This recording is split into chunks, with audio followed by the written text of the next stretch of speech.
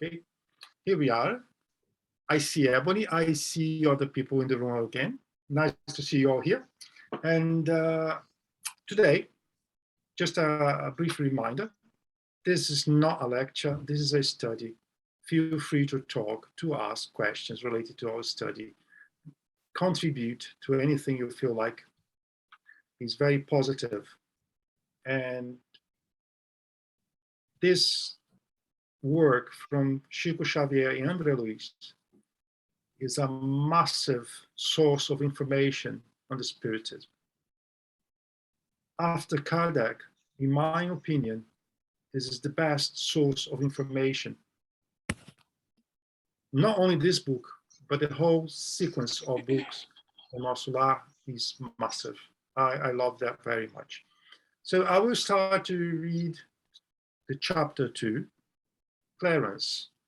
And as we go along, I'll make comments. We have discussions about a few subjects. Hi, Emily. Hi. Yes. Would you mind expanding your screen a little bit? I can barely see the words. Let me try, but I don't think I can because the way it's formatted. Let me try. Let me just. Are you using your mobile, Ebony, or your computer? I'm using my computer. It's okay. I actually have the book in PDF format on my computer, so I'll follow it there. Oh, okay, because I don't think I'll be able to adjust here today, Ebony. Okay. Okay, but no problem. Thank you. If you need anything, like I don't understand the word or something, please let me know. We are very happy to stop here and come back, okay? Good, thanks. All right. Suicidal, criminal, infamous wretch. I heard insults from all directions, but where were they coming from? We have to remember where Andre Luiz is at the moment. He is in a place that is called Umbral. That is a place of suffering after his disincarnation, right? At times, I caught glimpses of them as they slipped in and out of the darkness. So basically that place where he was not a very bright area. So through my despair, mustering all my strength, I threw myself against them. In vain, I beat the air in my show of rage. I heard laughter as they vanished again into the shadows. So basically, he was describing here how bad it was, really, isn't it? That was his day-to-day for years.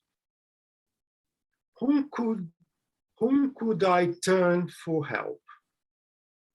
I was tortured by hunger and parched with thirst. I would make a first stop here, because a lot of people think that when we discarnate, we become like a gas balloon. We have no feelings, we have no body, we have no sentiment, we are nothing. We're just a kind of thought that can go left and right as we wish. But this is the first moment where Andre Luiz mentioned to us that he was hungry and thirsty. How is that possible? It's just because it was something in his mind. A lot of people think it is. It's just a perception of the spirit. It's just because the spirit was like that. I'm not going, through this book, we'll see a lot of examples where hopefully at the end, we'll realize the spirit has more than just a thought, just a thinking, right? Hi, Denise. Yeah, just a quick question. The first 3 lines, they're calling him like criminal, infamous wretch. This is just to make him angry. It's not a spirit that knew him before. Is that right? They're just poking him to make him angry, to see him lose his temper. I will give you a spoiler alert. Okay. That's not a problem, right? So actually, part of what your question was, what was the case? Not necessarily those spirits knew him from the past, but they knew what has happened to him, right? Okay. He was a suicidal, not because he put a bullet in his head, but he was a suicidal because of some of his choices. And how do they knew that if they were like low spirits? How they would know that? Every spirit has an energy around them. Some people call aura and things like that. Okay. Through the color, you will see the status of that spirit. Right. Okay. You made a very important question, because I don't remember if in the book says that any of those spirits were from the time he was incarnated. I don't remember that, to be honest. We have to read together to see if it's there. But one spirit can see the status of mind, what the other spirit is, through the color of the what we call perispirits. That's the assembly of the spiritual bodies. Now you make me think. That's a good question. Let's try to find the answer together. Okay, thank you. I'm giving you an open answer, but you make me thinking deeper than that. So let's try to find the answer. Let's go through the book and to see if we can identify something. Okay, because I'm not happy with the answer I gave you. I'm not. Okay. Thank you, Jeremy.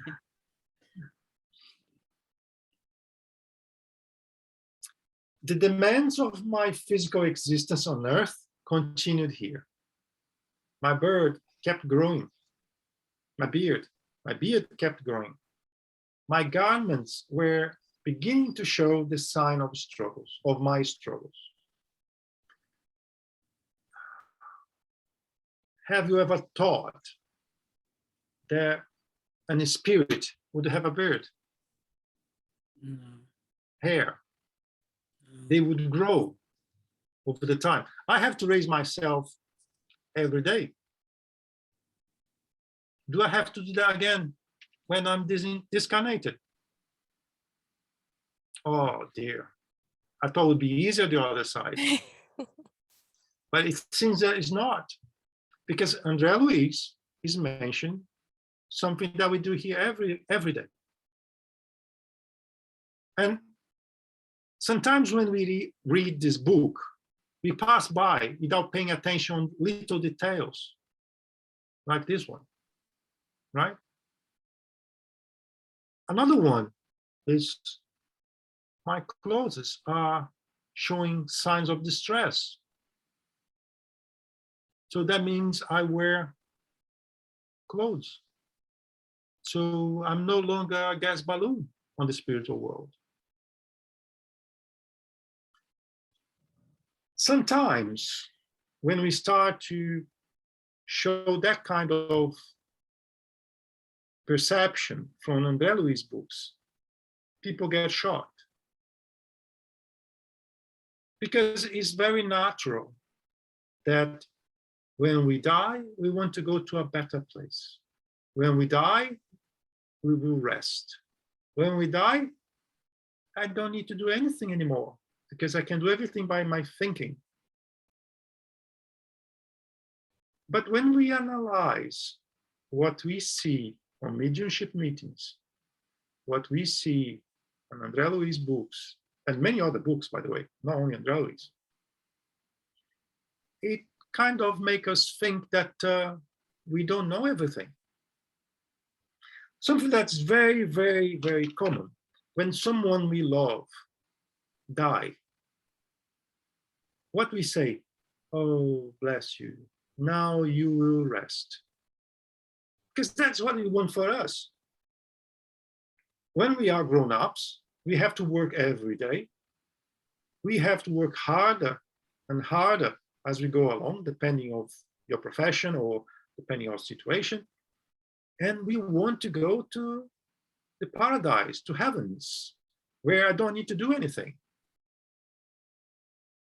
But this book will show you that's exactly the opposite. We will need to work constantly. We need to evolve constantly. On the other side, it's pretty much like here.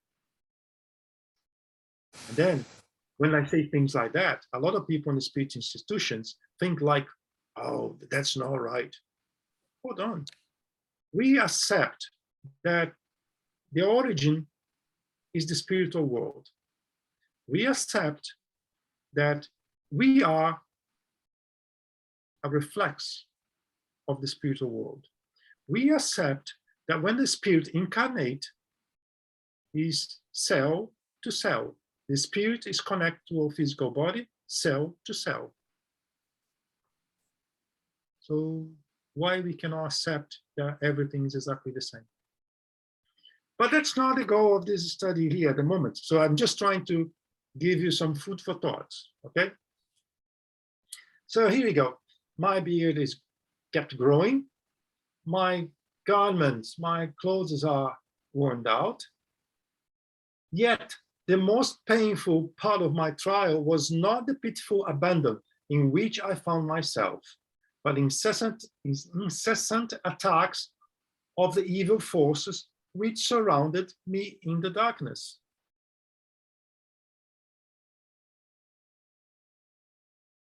I was unnerved and utterly unable to coordinate my situation, to weigh its cause and establish new currents of thoughts. So he was so overwhelmed that he was not able to think, to process all the information, to even help himself. And this kind of thing happens to us when we are incarnated as well. Sometimes we are overwhelmed by something and it's difficult even to make a prayer. Is when we need help. But those accusing voices bewildered me beyond my imagination. Right? Oops. What are you seeking, you miserable fool? Where are you going, suicidal wretch? Such accusations ceaselessly, oh, that's a not easy word for me, repeated, threw my mind into absolute confusion. I might well be miserable, but suicidal, never. So that's the first time he says he was not suicidal. So he truly believed he did not attain against his life. Those charges were wrong. As far as I could see, I had left my body most unwillingly after a desperate struggle with death. I could still hear the last medical diagnosis in the hospital. I remembered clearly the efficient care and the painful dressing during those weary days that followed my intestinal operation. So he started to give us a little bit of what has happened to him. He was in the hospital. He had a surgery, an operation. He did not kill himself. He did not put a bullet in his head. He did not cut his throat, nothing like that. So he was having a hard time to understand why those spirits around him were calling him suicidal. The recollection of the closing scenes on my earthly days was so vivid that I could ever feel the touch of the thermometer and the disagreeable prick of a hypodermic needle. Finally, my last recollection before my great sleep, my wife, still young, and my 3 children gazing at me in anguish at the prospect of eternal separation. Then, afterwards, my awakening to dreary and damp surroundings, to a never-ending nightmare, flight. Well, let's think about what has happened to him. He was in a hospital. So I think it's fair to say that he had all the care. And when he woke up, he was in a living hell.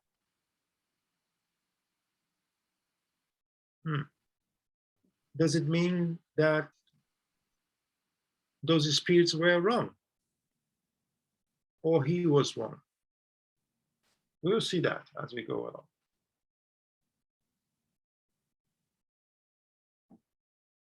I'm trying to move here. The recollection of the closing scenes of my earthly days, I read that already. So let me move this to up. So why was I being accused of suicidal when I had been forced to give up my hope, my family, and all that I held dear? Even the strongest man must come to the end of his emotional powers of resistance. So he started to give away, right? So it was with me. Firm and resolute at the start, I gradually began to fall into long lapses of depression. And in my total ignorance of the fate in this story for me, my usual fortitude yielded to despondency. More and more frequently, tears welled in my eyes, long pent up in heavy heart. To whom could I appeal? That is something interesting, because he was in the middle of nowhere. He couldn't understand where he were. Why? He could not understand and agree with what those spirits were saying. And now he's asking, who can help me? To whom I can appeal? Without the sophisticated intellectual culture I had brought from the world, I could do nothing to alter my present situation. So here he started to give us the glance that he had some position, he had some intellectual culture, and even with that, he could not do anything to change his situation. Before the infinite, my knowledge was like a tiny soap bubble, blown about by the impetuous wind of the transformation. He kind of understand that he was not long in his physical body. He has moved to something different, right? Surely I was not out of my senses. I did not feel different. I felt that my conscience was alert and that I was essentially the same man with the same feelings and culture as before.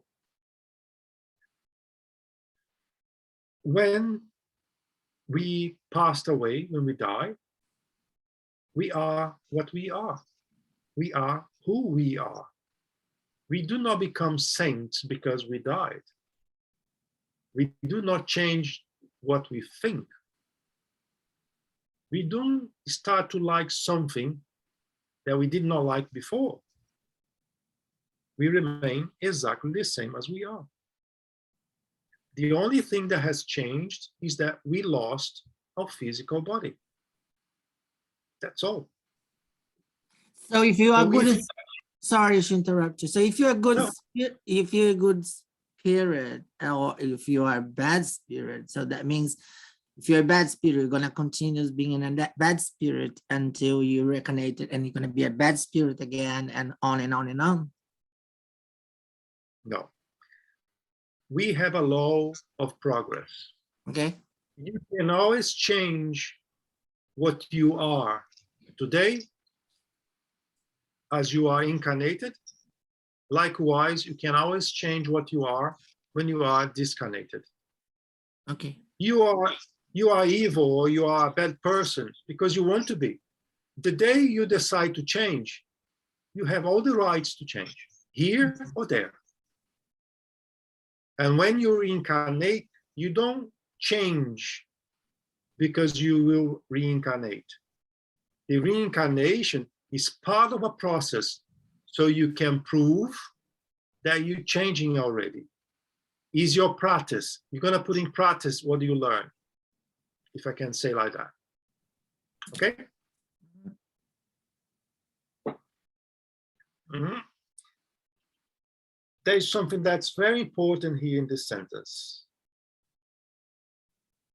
And I would like to have your help to understand what he's saying here. My physiological needs continued unchanged. What is he telling us here? That he still feel. Go, Ebony. Oh, no, I was just going to say that he's saying that he still feels pain, hunger, the needs of the body to excrete, things like that. You know, everything related to the physical senses and to how the body operates in the physical world. He still carried that through. Mm-hmm. But how is that possible? How is that possible? Because as I said earlier today, when I die, I want to go to paradise. I don't want to work. I don't want to feed myself. I don't want to have any hard work anymore. Like, I want to be easygoing forever now. But Andre Luiz is telling me that everything I feel when I'm on my physical body, I feel on the other side too. Well, I think you explained it perfectly. You gave an explanation. You know, if we were to think of the spiritual world as the cause, and more specifically, the perispirit, our fluidic body, as the cause of our physical body, which is the effect, you know, we have the answers there. So we eat, and you know, we need to sustain ourselves. We need to sustain our fluidic body in the spiritual world in the same way that we need to sustain our physical body here. Not the very same, we may not eat the very same foods, because I was reading in one of Andre Luiz's books, I think it's called Evolution of Two Worlds, they went into detail to explain that process. You know, there are some higher level spirits whose fluidic bodies have evolved so much that they sustain themselves through the gases, through the emissions of the higher world. So they're not eating physical food really. And there are even higher spirits who sustain themselves through the emanation of love itself. So there's no need to really eat, you know, the same kind of solid foods that we do. But we still on the lower level, although the food and the substances are not physical as we would use that word, it's still fluidic, and it's kind of material to the point where we can relate it to the earthly foods. Am I right? I think will be easier than I thought. Very good. Denise, you want to say something as well? No, I was going to say what you said about like the physiological needs. Okay, pretty good then. Thank you both. A gnawing hunger preyed on my every fiber, yet in my ever-increasing weakness, I never reached the point of complete exhaustion. Now and then, I came across to the wild herbs growing along mere trickles of water. Oh dear. He's telling us here that there is vegetation. There are some herbs. He also telling us here that he found water. And then it's time to remind you all that the medium who wrote this book worked with this spirit that is well known in the Spiritism, at least in Brazil. Not believing then means that I have a massive problem, because if I don't believe then then there's a lot of things I need to review, a lot, to the point that I need to review a lot of things even Kardec brought to us. So what I'm reading here is not from Guilherme, it's not from my mind, it's coming from them. If you do not agree, I allow all of you to speak with them and try to fix it, okay? Because I cannot. I devoured the unfamiliar leaves and drank the water avidly. So that means that he was really hungry, hungry enough to eat grass. And he was thirsty.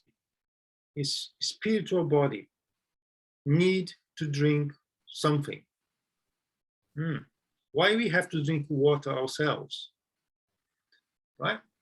So this is telling us that is so much in common, isn't it?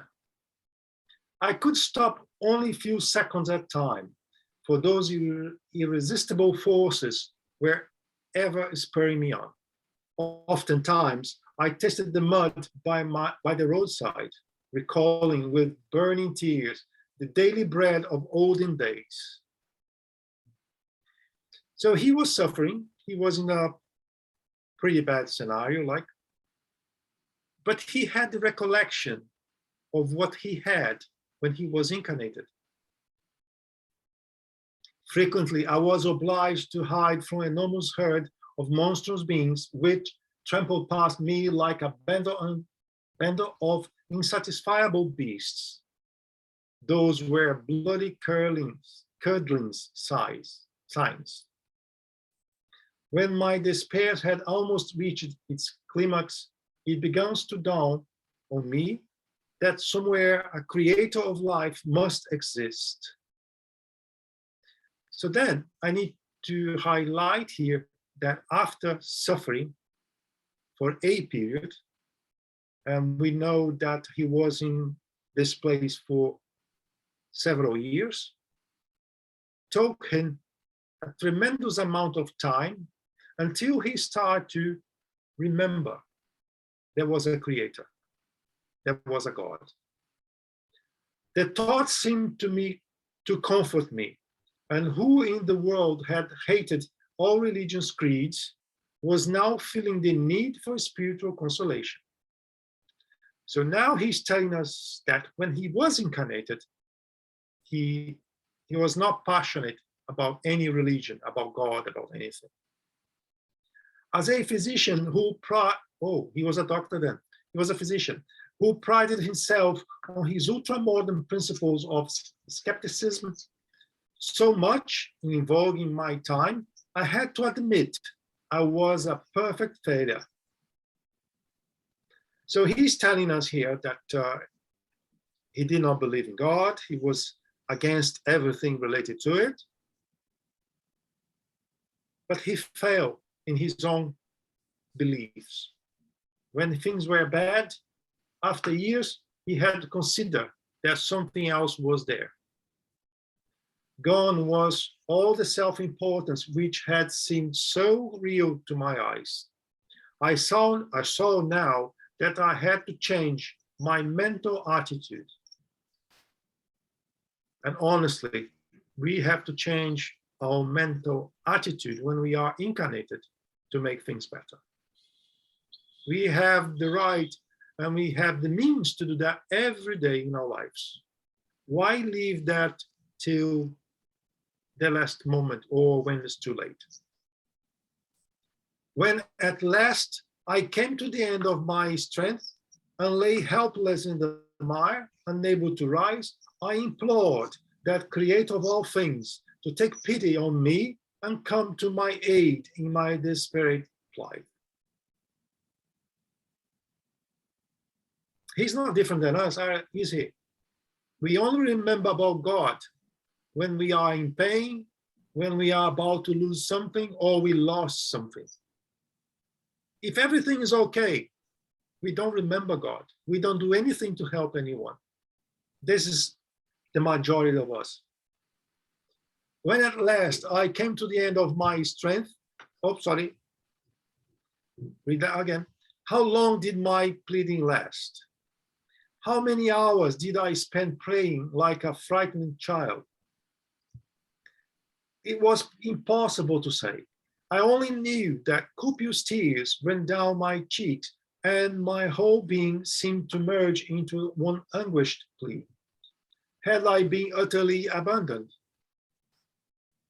Was I not also a child of God? It is the first time he mentioned God in the book, I think. Although in the realm of the earthly vanities, I had never given a thought to his divine works. I knew the eternal Father would surely forgive me. Did he not extend his loving care to the birds of the air and flowers of the field? One must suffer a great deal in order to understand the mysterious beauty of prayer. One must know remorse. I will highlight this word here because that's very important. Humiliation and utter misery to fully appreciate the sublime sweetness of hope. It was at that moment that a dense mist all around cleared away, and a person came forward. An envoy from heaven. He was a fatherly old man who bent over me and gazed intently into my face with his large, clear eyes, with a benevolent smile, and said to me, but before I say what he said, let's talk about remorse.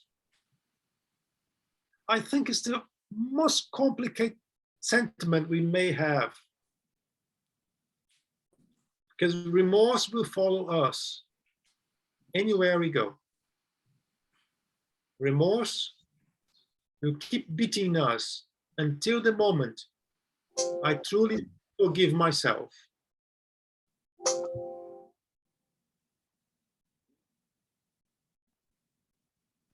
Courage, my son. The Lord has not forsaken you. Heartfelt tears seem to flood my very soul. I try to express my grateful relief to thank him for the consolation he had brought. Yet I only had the strength to ask, who are you, generous messenger of God? My unexpected benefactor smiled kindly and replied, my name is Clarence. I'm only a brother. And noticing my exhaustion, and he added, you must keep quiet and calm. It is necessary for you to rest, to restore your strength. Then he called two persons who were waiting attentively and ordered, let us provide our friend with first aid. Well, it is the moment where things will start to change for him. To those that were not here in the first encounter 2 weeks ago, he was there for a lengthy period of time. He suffered a lot. And it makes me think, what about me? What's going to happen with me? You know? But that's a conversation we're going to have later in the book. I will move to the next chapter. We still have time, so yeah.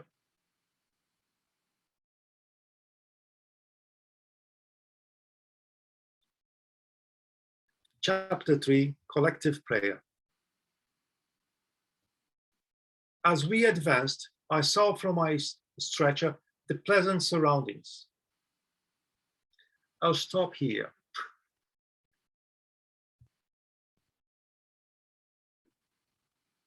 To move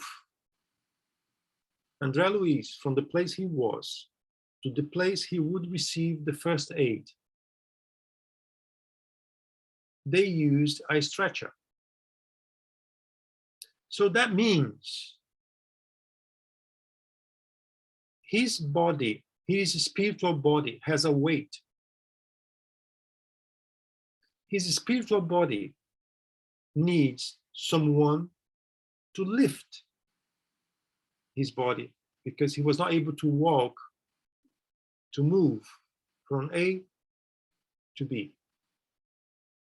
And then he started to say that he started to see a pleasant surroundings. So he was no longer where he was describing to us. But the most important is, in this sentence, understanding the meaning behind the words. Why would we need a stretcher to move one spirit? Now it's time that I want to use something that Ebony, just a minute, Sandra, I'll let you talk. Something that Ebony said. Oh, there are some spirits that don't need to eat, they don't need, yes, I agree with that, 100%. But they are so far away from us, so far away from us, that it's better that we try to understand what is closer to us. Because I don't believe when I die, I'm going to this place that I don't need to do anything. I don't need to eat, I'm really, really far away from that. So it's better to understand what is closer to me and scenarios that will be more realistic to me when I pass away than to try to think about something that is kind of unrealistic due to my level of progression, due to my own situation. Hi, Sandra. Sorry, I have a feeling that we missed the previous, that last paragraph for a previous page. Did we? They spread a white sheet? Or maybe. Oh, yes. Yes, sorry. Oh. Yeah, because for me, it's easier. I read from my book, so that's why I realized. Yeah. There's something I missed here. Sorry. So coming back, they spread a white sheet on the ground and using it as an emergency stretcher, prepared to transport me. They lift me gently. Then Clarence spoke to his assistants. Let's start without delay. I must reach Astral City as soon as possible. Thank you, Sandra. Thank you.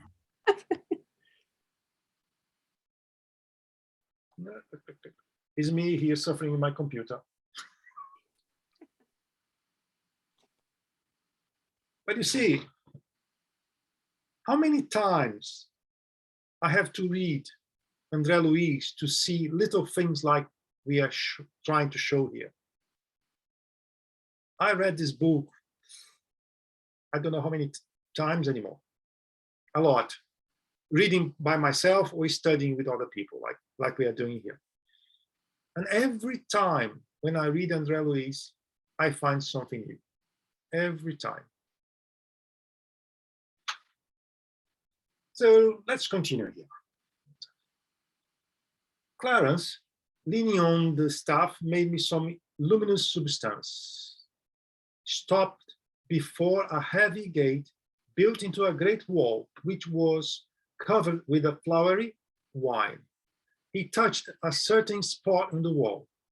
The gate opened wide, and we entered in a silent procession. More things to think here. Let me just do something here.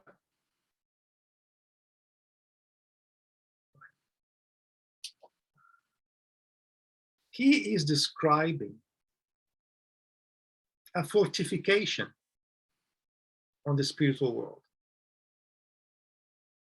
He is describing vegetation again.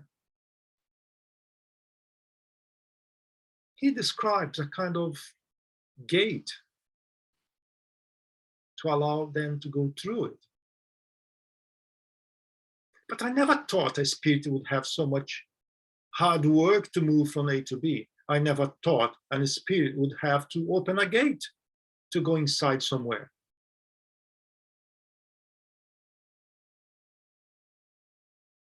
When Francisco Xavier, he brought that book, something like 70, 75 years ago, a lot of the Spiritists at the time, they were not very kind with him. they thought it wouldn't be possible, that he lost his mind. And a few things that he brought to us through with Andre Luiz only recently have been proved by the science. So I'd like to ask you all to keep your mind open to different possibilities, to different understanding. Because every time we go to a study, that's the spirit, that's the setup we should keep, an open mind. If we go to a study where we believe we know everything already, what is the point? A warm glow buttered everything there. The graceful play of light in the distance reminded me of a beautiful sunset in the springtime. As we proceeded, I saw before me charming buildings and beautiful gardens.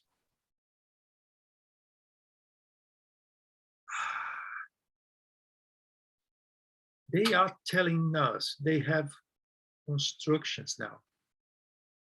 Before they had gates, now they have constructions. And those constructions are also surrounded by gardens. What do we have on a garden? Grass, trees, flowers. A bit weird, isn't it? Because until now, my spiritual world was white and gray. I did not have to work. I did not have to do anything. And now they have gates, buildings, gardens. This whole thing is a bit different, really. At the sign from Clarence, my stretcher was laid down in front of us, and in front of us, there stood an entrance to a great white building, similar to an earthly hospital. Two young men in white tunics ran eagerly to my stretcher, moved me into an emergency bed, and carried me in. Before, he is describing what we find in a real hospital on Earth, right? You come with a stretcher in front of an ER, so the doctors come, they put on something more appropriate to take us inside. He is describing exactly the same. Before he left, I heard Clarence say, "Take him to the pavilion to the right. I am expected elsewhere now, but I will come to see him in the morning." I gave that generous old man a parting smile of gratitude as I was taken away to a large, pleasant, richly furnished room and laid on a comfortable bed. Here we go again. When we hear the word furnished, what do we think? Furniture. Why do we need furniture in the spiritual world? So something is wrong with this book. Cannot be like that. Because you are really dismantling my beliefs about the heavens. They have furniture. And perhaps they even going to say there's an IKEA over there. Who knows? Comfortable bed. Well, now we have a spirit that needs a comfortable bed. Oops, sorry. My heart was overflowing with gratitude towards my kind attendants. I tried to address them, but only managed to ask, "Friends, I beg you, what is this new world I find myself in?" So we have here three different scenarios. He was in a hospital, he was in a very dark place, and he was in a pleasant place now. He is in a pleasant place. So where did I stop? Isn't this a pleasant place inside the hospital still, yeah? He's still there in the hospital. Mm-hmm. Okay, yeah. Yeah. Why he's saying that? Imagine yourself in a place that's only darkness, despair, spirits beating you, shouting on you. The worst hospital on earth is better than the place he was. Mhm. So there was already a change. So that's why he was saying like that. I guess. I wasn't there. From what the star does, brings invigorate, light, emanate. Remember that Clarence applied him some light, right? One of them laid a tender hand on my forehead as if I were an old friend, and explained. We are located in a spiritual sphere close to the earth, and the sun that is shining on us at this moment is the same one that warmed your on earth. So then one important thing in that point is when we die, we believe we go to heaven or to hell, and they are very, very far from where we are. That's not the case. We are very close to both. I'll explain more about that in the future. Otherwise, I'll give too much spoilers. It's better continue with the book. From what star does the... Oh, I read that already. However, our visual perception is far keener here.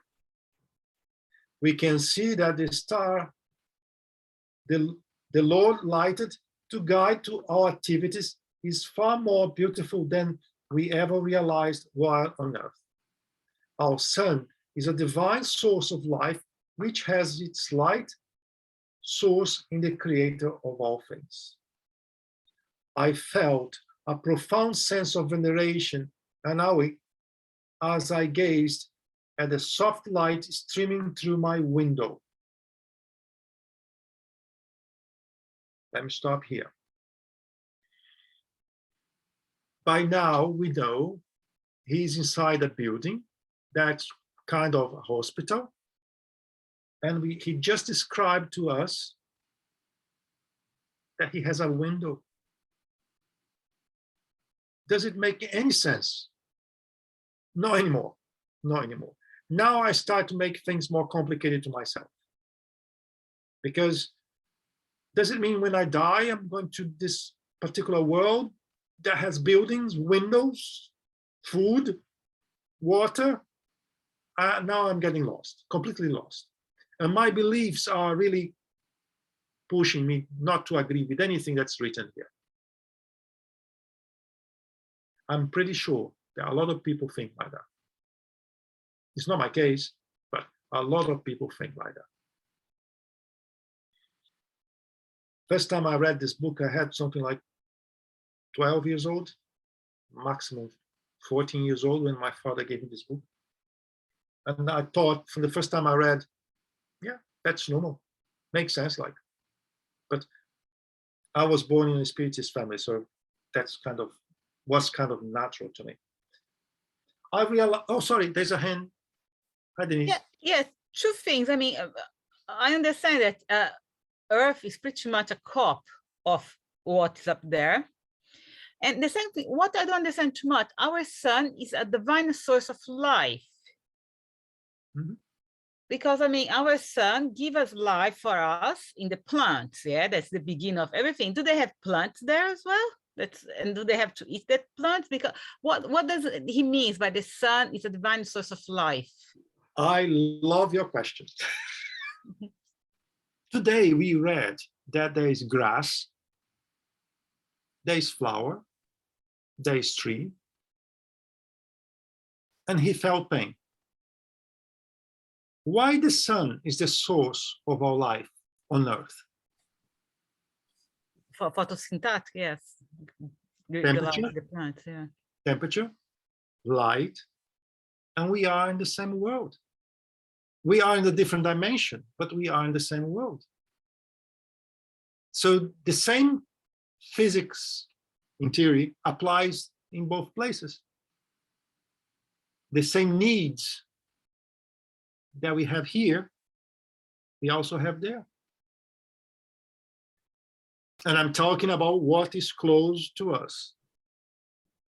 I'm not arguing that if I evolve to a level that I become a saint kind of thing, things may be different. No, I'm talking about something that's close to our reality.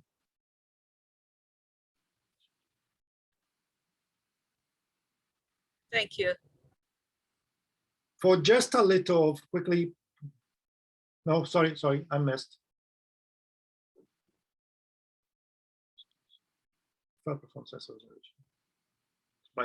I realized that on Earth, I had never looked up at the sun and raised my thoughts to the One. In his infinite mercy, had given it to us to shine on our journey.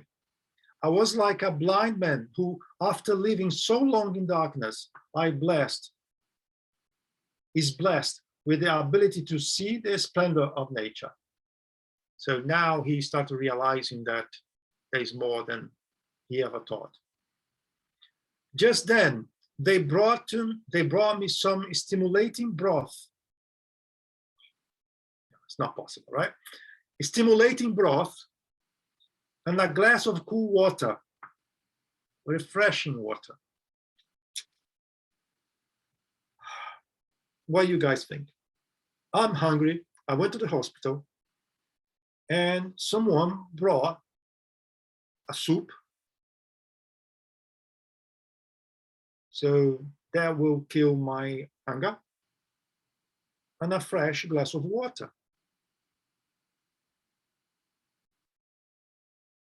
I bet that the majority of people who read this book, at least for the first time, do not pay attention for that kind of thing. Do not pay attention for this, right? So just to give a little bit of spoiler alert, if I need to eat, means my spiritual body that we call perispirit has organs,